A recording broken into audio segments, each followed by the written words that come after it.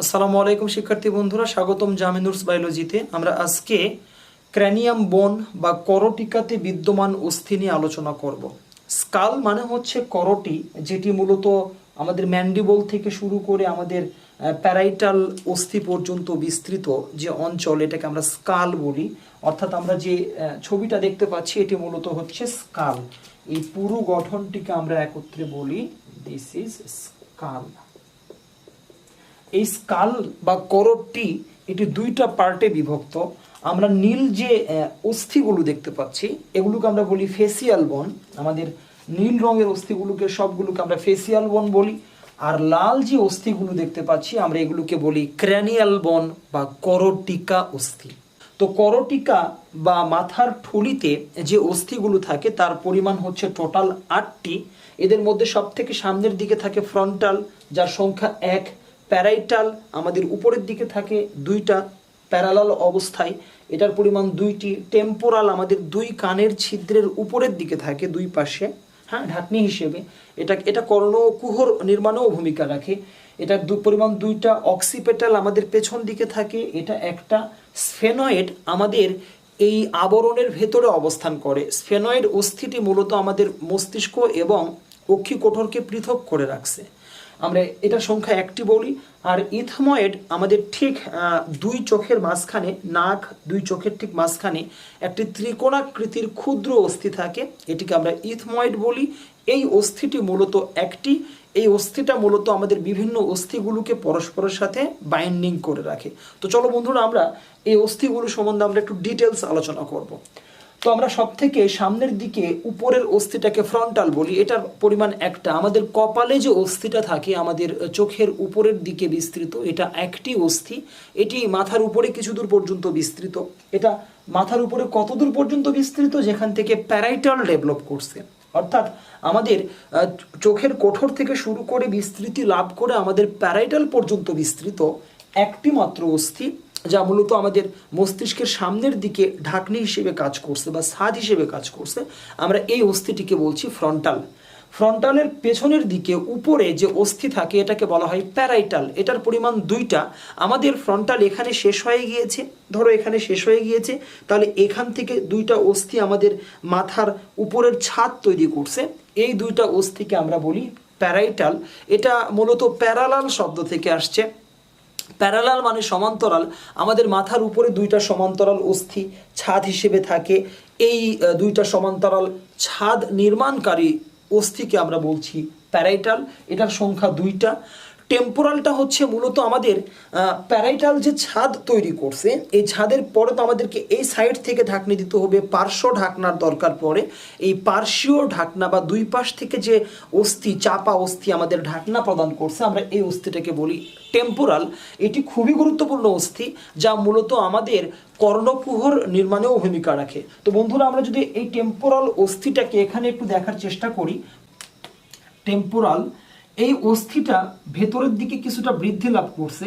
এর বাহিরের অঞ্চলকে বলা হয় স্কোয়ামাস আর ভেতরের অঞ্চলকে বলা হয় পট্রিয়াস। তো এই ভেতরের অঞ্চলটা মূলত ভেতরের দিকে বৃদ্ধি লাভ করছে, এই পাশ থেকেও বৃদ্ধি লাভ করছে, এটা টেম্পোরাল। এ পাশ থেকেও আমরা টেম্পোরালটাকে এভাবে বৃদ্ধি লাভ করাইছি। ওকে, তো টেম্পোরালটা এরকম বৃদ্ধি সম্পন্ন অস্থি। এই বৃদ্ধিটার উপরে মূলত আমাদের সেরিব্রাল হেমোস্ফিয়ার বসে থাকে, রাইট। আমরা তো জানি যে আমাদের ফ্রন্টাল উপরের ছাদ, সামনের ছাদ, আমাদের প্যারাইটাল উপরের ছাদ, আর ভেতরে আছে আমাদের ব্রেন, 2টা সেরিব্রাল হেমোস্ফিয়ার। এই সেরিব্রাল হেমিস্ফিয়ারগুলো আমাদের আসলে আমাদের এই গহ্বর, যেটাকে আমরা করটিকা বলছি, এই করটিকার ভেতরে কিভাবে থাকে? তারা তো অবশ্যই ঝুলে থাকবে না, তাদেরকে একটা আসনে বসাইতে হবে।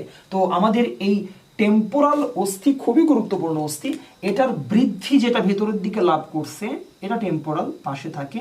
এটার বৃদ্ধি যেটা লাভ করছে, এই বৃদ্ধিতেই আমাদের সেরিব্রাল হেমিস্ফিয়ারগুলো বসে থাকে, জাস্ট লাইক এ চেয়ারের মতো। আমরা সেরিব্রাল হেমিস্ফিয়ারগুলো এখানে বসাইতে পারছি। এবং এই চেয়ারটা তৈরি করতে গিয়ে, মস্তিষ্কের চেয়ার, এই চেয়ারটা তৈরি করতে গিয়ে যে একটা উপবৃদ্ধি ভেতরের দিকে বৃদ্ধি লাভ করছে, এখানে আমাদের 3টা অস্থি থাকে, ম্যালিয়াস, ইনকাস, স্টেপিস।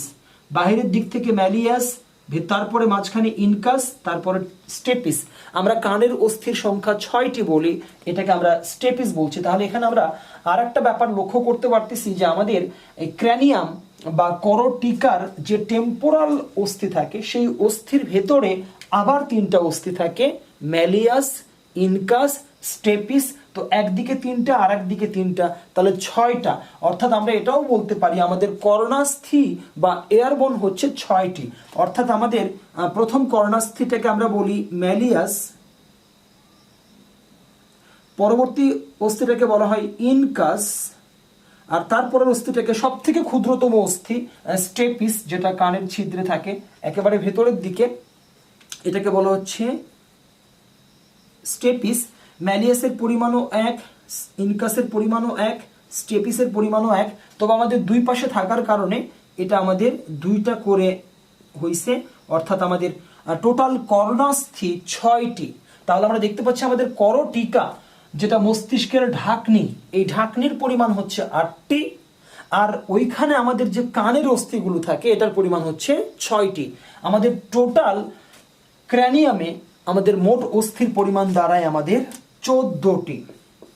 অর্থাৎ আমাদের মুখমণ্ডলীয় অস্থি নিয়ে আমরা যখন আলোচনা করব জানবো এখানেও 14টি। আমাদের যে ফেসিয়াল বোন থাকে, আমরা এই নীল রংটাকে আমরা বলি ফেসিয়াল বোন, এটার পরিমাণও 14টি। আমাদের ক্র্যানিয়ামের পরিমাণ 8টি, আর আমাদের কর্ণাস্থি 6টি, এই মিলে 14টি। আমরা বলতে পারি যে আমাদের ক্র্যানিয়ামের 14টি অস্থি, আমাদের মুখমণ্ডলীয় 14টি অস্থি। যদিও ক্র্যানিয়ামে 8টি অস্থি, আমরা কানের অস্থিগুলোকে যদি ক্র্যানিয়ামের সাথে যোগ করে ফেলি তাহলে আমরা দাঁড়াবো 8, 6, 14। আমাদের করোটিকাতে 14টি, কর্ণাস্থি সহ, আর আমাদের মুখমণ্ডলে 14টি। এই মিলে আমাদের স্কালে টোটাল অস্থির পরিমাণ 28টি। আমাদের স্কাল বা আমাদের যে করোটি রয়েছে, আমাদের ম্যান্ডিবল থেকে শুরু করে আমাদের মাথার তালু পর্যন্ত, ফ্রন্টাল পর্যন্ত বিস্তৃত যে অঞ্চল, এটাকে আমরা করোটি বলছি। এখানে আমাদের টোটাল অস্থির পরিমাণ 28টি। এরপর আমরা যে পেছনের দিকে যে অস্থিটা পাই আমরা এটাকে বলি অক্সিপেটাল। অক্সিপেটালটা আমাদের ফ্রন্টালও একটা, অক্সিপেটালও একটা। সামনে যেটা আছে এটাও এক, আমাদের পেছনে যেটা আছে এটাও এক। আমাদের উপরে 2, আমাদের দুই পাশে 2। উপরের 2টাকে আমরা প্যারাইটাল বলি, আর দুই পাশের 2টাকে আমরা টেম্পোরাল বলি, আর পেছনের দিকে যেটা থাকে সেটাকে অক্সিপেটাল বলা হয়। অক্সিপেটাল অস্থির গুরুত্বপূর্ণ বৈশিষ্ট্য হচ্ছে যে এখানে একটা ছিদ্র থাকে, এই ছিদ্রটাকে আমরা বলি ফোরামেন ম্যাগনাম।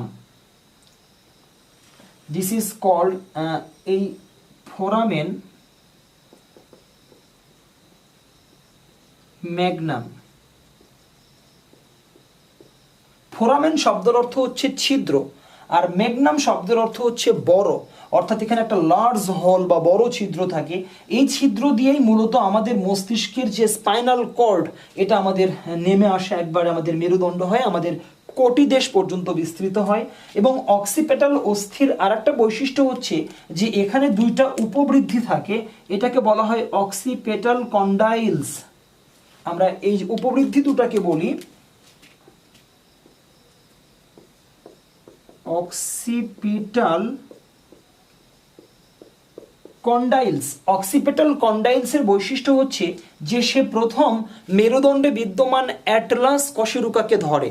অর্থাৎ আমাদের প্রথম মেরুদণ্ডের যে কশেরুকা থাকে সেটা ভার্টিব্রাল ডিস্ক, সেটাকে আমরা অ্যাটলাস বলি, তারপর এক্সিস, তারপর C3, C4, C5, C6, C7, এভাবে যে মেরুদণ্ড তৈরি হয়েছে, এর প্রথম যে ভার্টিব্রাল ডিস্ক অ্যাটলাস, সেই অ্যাটলাসের সাথে সে যুক্ত থাকে। অর্থাৎ আমরা বলতে পারি অক্সিপেটাল খুবই ইম্পর্টেন্ট বোন।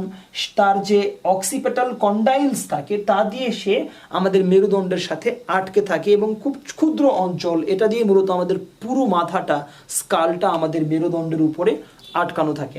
এরপর বন্ধুরা আমরা একটা ব্যাপার লক্ষ্য করো যে আমরা মস্তিষ্কের আবরণ তৈরি করছি।